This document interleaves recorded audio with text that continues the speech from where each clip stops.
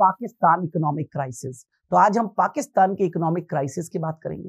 पाकिस्तान के ऐसे हालात हो गए हैं कि सिर्फ 25,000 करोड़ इनके पास फॉरेक्स रिजर्व बना हुआ है।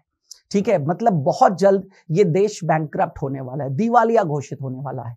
ठीक है, दो देश, ठीक है, भारत से ही, ठीक है, विभाजित होकर के पाकिस्तान बना और आज इतने कम समय में ये हालात हो गए हैं। ठीक है, इसका क्या रीजन है वो सब हम जानने की कोशिश करेंगे और वर्तमान में क्या पाकिस्तान के हालात चल रहे हैं। तो अगेन समझिएगा, यहाँ पर ये न्यूज है फरवरी 20 की, आप यहाँ पर देख रहे हैं, द हिंदू की न्यूज है ये। ठीक है, पाकिस्तान डेबिलिएटिंग डेट क्राइसिस। डेट का मतलब होता है दोस्तों लोन या ऋण। डेट क्राइसिस का मतलब है ऋण की क्राइसिस। कहीं से उनको अब किसी भी प्रकार का लोन नहीं मिल पा रहा है। आईएमएफ से, इंटरनेशनल मॉनेटरी फंड से बेल आउट पैकेज की मांग करी थी। बेसिकली बेल आउट पैकेज क्या होता है मैं आपको बता देता हूं। ठीक है, बेल आउट पैकेज, जब भी कोई देश दिवालिया होने वाला होता है तो वो क्या करता है, बेल आउट पैकेज की मांग करता है आईएमएफ से।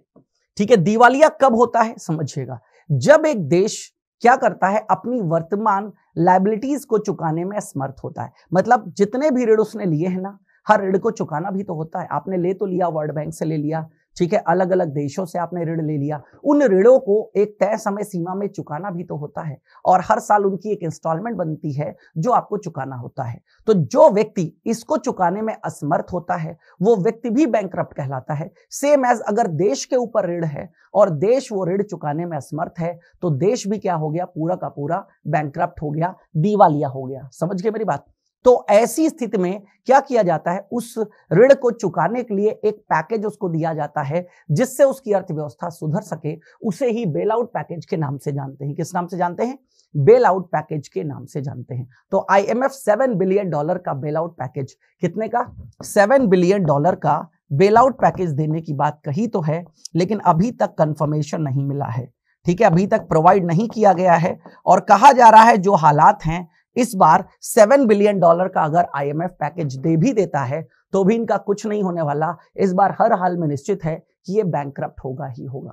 ठीक है, आगे बढ़ते हैं, समझते हैं। ठीक है, वर्तमान के हालात क्या हैं और ये हालात क्यों बिगड़े, समझिएगा यहाँ पर बहुत अच्छे से।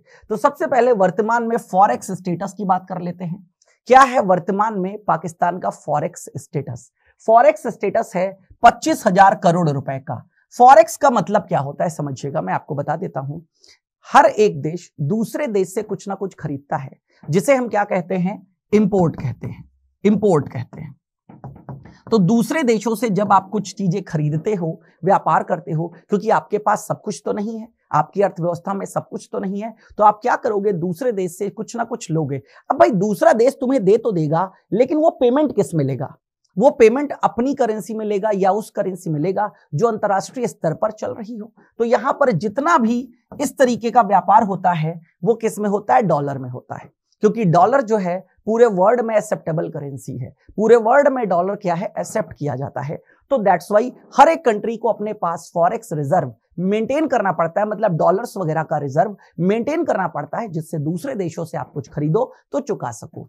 तो अगेन दूसरे देशों से भाई ऑयल वगैरह इनके पास भी नहीं है, तेल वगैरह इनको भी मंगाना पड़ता है। तो तेल वगैरह मंगाने के लिए क्या करना पड़ेगा? डॉलर में चुकाना पड़ेगा। तो सोचिए बहुत ही कम पैसा बचा है। इतना कम पैसा सरकार के फॉरेक्स में या सरकार के खजाने में बचा हुआ है, जिससे मैक्सिमम 1 हफ्ते तक काम चलाया जा सकता है। 1 हफ्ते के बाद सरकार अपने हाथ खड़े कर देगी कि भैया अब हमारे पास पैसे नहीं है किसी भी प्रकार का इंपोर्ट बिल चुकाने के लिए, क्योंकि इंपोर्ट बिल मतलब दूसरे देश से मंगाया गया, मतलब पेमेंट डॉलर में करना है, डॉलर आपके पास है ही नहीं। पहली बात तो फॉरेक्स रिजर्व पाकिस्तान के पास ना के बराबर बचा है, पहली बात। दूसरी बात डेट टू जीडीपी। अब अगेन इसके कुछ कारणों की बात कर लेते हैं। आखिर वर्तमान की स्थिति में ऐसा क्या हुआ? आप एक स्थिति को इमेजिन करिए। एक व्यक्ति है जो ऋण पे ऋण लेता जा रहा है, एक व्यक्ति है जो ऋण पे ऋण लेता जा रहा है, लेकिन ऋण चुकाने की बात नहीं कर रहा है। तो जब ज्यादा से ज्यादा ऋण आप लेते रहोगे तो एक स्थिति ऐसी आएगी कि जब ऋण चुकाना होगा तो आप अपने हाथ खड़े कर दोगे या नहीं खड़े कर दोगे? तब स्थिति बर्बाद वाली आ जाएगी। वही बात है, यहां पर जो भी सरकारें आई, सरकारों ने सिर्फ और सिर्फ देश को ऋण के दलदल में ढकेला, लोन पे लोन लेते गए। देश की इकोनॉमी को चलाने के लिए, अपनी इकोनॉमी को सुधारने के कोई भी हालात नहीं किए गए। समझ गए नहीं? जैसे एक व्यक्ति अपनी जीवनी चलाने के लिए कोई काम ना करे, जब पैसे की जरूरत पड़े तो वो ऋण ले ले, तो एक दिन क्या होगा, उसका घर बार जो भी प्रॉपर्टीज है वो सब बिक जाएंगी। इस बात की गारंटी है, क्योंकि आपने अपने जीविकोपार्जन के लिए कुछ नहीं किया, और जो ऋण आपने लिया था उसको चुकाने के लिए भी किसी भी प्रकार का कोई प्रोडक्टिव वर्क आपने नहीं किया। सेम एज देश, तो देश में कहीं पर भी कोई आर्थिक सुधार नहीं हुए, और आर्थिक सुधार नहीं हुए इसकी वजह से उनके पास कोई रेवेन्यू कलेक्ट नहीं हुआ, और रेवेन्यू जो कलेक्ट हुआ भी वो भी उतना नहीं हुआ जितना आपने ऋण पे ऋण लेते गए और अपनी अर्थव्यवस्था को दलदल में, ऋण के दलदल में, एक डेट ट्रैप बोलते हैं, लोन को चुकाने के लिए भी लोन लेना, ये क्या कहलाता है, डेट ट्रैप कहलाता है। तो डेट ट्रैप में ये अर्थव्यवस्था फंसती गई, चाइना के चक्कर में भी आई, ठीक है, चाइना से भी बहुत सारा पैसा लिया, ऋण लिया। तो अगेन जब भी आप किसी से ऋण लेते हैं और ऋण चुका नहीं पाने की स्थिति में आप क्या करेंगे, फिर उसकी सभी शर्तों को मानने के लिए तैयार हो जाएंगे ना। तो वो वाली स्थितियां भी इनके साथ हैं। इसी के लिए कहा जाता है आज पाकिस्तान चाइना का गुलाम बन गया है पूरी तरीके से। चाइना जैसे चाहे वैसे पाकिस्तान को चिकरघन्नी की तरीके से घुमा सकता है। तो डेट ट्रैप में फंस गया, और डेट कितना है इनका, जीडीपी के 80%, मतलब जितनी देश की जीडीपी है, सकल घरेलू उत्पाद, जीडीपी क्या होता है, एक देश में एक वित्तीय वर्ष में जितनी भी वस्तुओं और सेवाओं का उत्पादन होता है उसके कुल मूल्य को जीडीपी कहा जाता है। तो जो जीडीपी निकल करके आती है, जीडीपी का 80%, मतलब समझ लीजिए आप, ठीक है, जितना एक साल में पूरे देश में उत्पादन हो रहा है उस उत्पादन मूल्य का 80% आपने क्या ले रखा है, ऋण। तो सबसे बड़ा जो कारण है आज पाकिस्तान के दिवालिया होने की कगार पे पहुंचने का, वो है ऋण पे ऋण लेने जाना। और जब ऐसी स्थिति में आप आते जाओगे तो ऑब्वियसली आपसे लोग भरोसा खोते जाएंगे। तो क्या होता जाएगा, यहां पर स्टेट ऑफ करेंसी, हालात क्या हो गए भाई, डे बाय डे जब आपकी इकोनॉमी डाउनफॉल में जाती रहेगी तो ये जो डॉलर से कंपैरिजन है वो भी आपका क्या होता रहेगा, डीवैल्यूएट होता रहेगा। तो आज पाकिस्तान में $1 कितने रुपए के बराबर हो गया, 260 पाकिस्तानी रुपए के बराबर। जैसे भारत में $1 बराबर 80 रुपीज के आसपास निकल के आता है, वो यहां कितना पहुंच गया, 260 रुपए। कभी 120 रुपए के आसपास था, अभी कुछ समय पहले ही। वर्तमान की स्थिति क्या है, $1 260 रुपए। अब ये सोचिए, पहली बात तो इंपोर्ट बिल आपको चुकाना है, दूसरा अब जब आप कुछ चीजें मंगा रहे हो तो बदले में अपनी करेंसी से ही तो कन्वर्ट करोगे, तो एक कन्वर्जन का भी क्या हो गया, इतना अमाउंट बढ़ गया। अब जब इतना अमाउंट बढ़ गया तो चीजें भी तो महंगी हो जाएंगी अपने देश में। समझिए, अगर इंपोर्ट करने के लिए मैं ज्यादा पैसे चुका रहा हूं तो क्या करूंगा, जो चीजें इंपोर्ट करके मंगाई हैं उनका रेट भी तो बढ़ा दूंगा। तो पाकिस्तान में 48 सालों में जो नहीं हुआ वो अब हो रहा है। 48 सालों में सबसे ज्यादा महंगाई वर्तमान में देखी जा रही है। और क्या है महंगाई का स्तर, देखिएगा यहां पर, यह है महंगाई का स्तर। इन्फ्लेशन रेट कितनी पहुंच गई है, 25%। सोचिए एक आइडियल इन्फ्लेशन क्या होता है, एक आदर्श मुद्रास्फीति जो कि 3 या 4% होती है। जैसे भारत में आदर्श मुद्रास्फीति 4% मानी गई है, और वो भी सिर्फ +2 -2 की टॉलरेंस लिमिट के साथ। मतलब +2 का मतलब 6 हो गया, -2 का मतलब 2 हो गया। तो 2 से 6% की मुद्रास्फीति बाजार में रहनी चाहिए, ये आदर्श मानी जाती है। जैसे ही 6 के ऊपर हम बढ़ते हैं, सरकार कंट्रोल करने लग जाती है कि भाई आगे नहीं जाने देना है, वरना चीजें प्रॉब्लम में आ जाएंगी, इकोनॉमी प्रॉब्लम में आ जाएगी। ठीक है, तो समझिएगा इन्फ्लेशन रेट पाकिस्तान की क्या हो गई, 25%। आप सोचिए, अपने आप में एक ह्यूज इन्फ्लेशन। ठीक है, मतलब 100 रुपए की वस्तु कितने रुपए की अगले साल हो जाए, 125 रुपए की। क्या वर्तमान में निवेश इस तरीके से बढ़ता है, बिल्कुल भी नहीं बढ़ता है। निवेश आप कहीं पर भी करोगे, वर्तमान में अगर हम बैंकों की बात करें, क्योंकि भारत में सबसे ज्यादा लोग सुरक्षित बैंकों को मानते हैं, पोस्ट ऑफिस को मानते हैं, तो सबसे ज्यादा जब जमा करने की बात आती है पैसे, तो यहीं पे जमा करते हैं। स्टॉक मार्केट में सबसे पहले नहीं जाते हैं, वो तब जब बहुत ज्यादा सीख जाते हैं, और वो भी 10-15% अपनी इनकम का लेकर के जाते हैं, जो होशियार व्यक्ति होते हैं। ठीक है, तो समझिएगा 100 आपने कमाया कितना, अगर एफडी की बात करें तो 6% मान लीजिए मैक्सिमम, तो 100 रुपए आपके अगले साल 106 रुपए हुए, और आपको वस्तुओं के लिए कितने चुकाने हैं, 125 रुपए चुकाने हैं। 25% इन्फ्लेशन।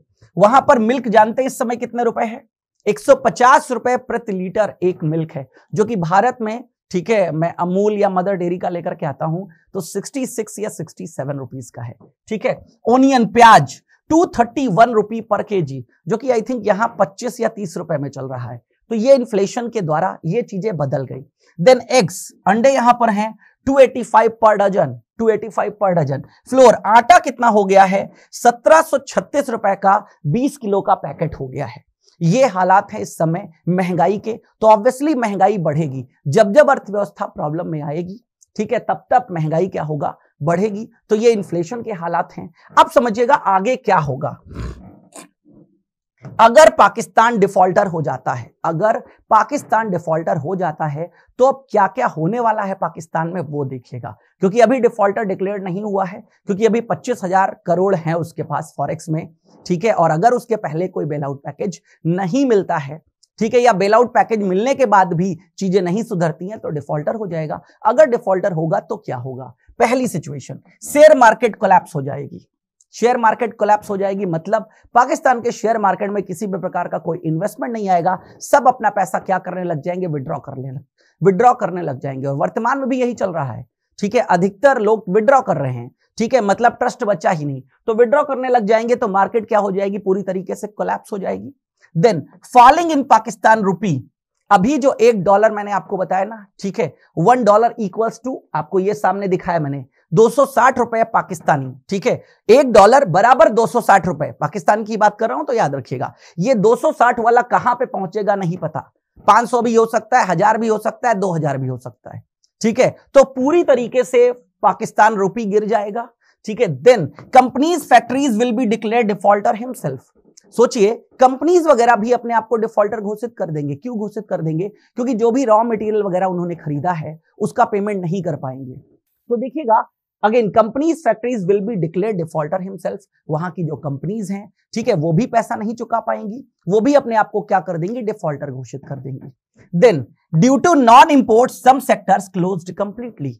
इंपोर्ट कर ही नहीं पाओगे क्योंकि इंपोर्ट का बिल चुकाने के लिए आपके पास पैसा ही नहीं है। आपके पास फॉरेक्स क्या हो गया? जीरो हो गया। तो इंपोर्ट बिल जब कोई चुका नहीं पाओगे, तो जो ऐसी कंपनियां या ऐसे सेक्टर जो इंपोर्ट के भरोसे चल रहे थे, जैसे ऑयल आप मंगा रहे हो, ऑयल का फर्क तो सोचिए सब जगह पड़ता है, ठीक है। ऑयल से ही पूरा देश चल रहा है। जितना लॉजिस्टिक सपोर्ट है वो किससे चलता है? ऑयल से चल रहा है। ऑयल आप मंगा ही नहीं पाओगे क्योंकि आपके पास पैसा ही नहीं, तो पूरी इकोनॉमिक क्राइसिस हो जाएगी। सोचिए उस हालात को।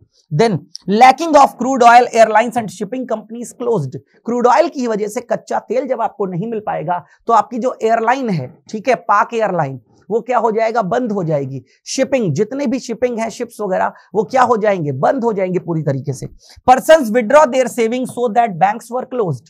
हर एक व्यक्ति बैंक में पहुंच जाएगा अपना पैसा निकालने के लिए, ठीक है। क्यों निकालने के लिए? क्योंकि जैसे जैसे महंगाई बढ़ेगी उसका खर्चा भी तो बढ़ेगा।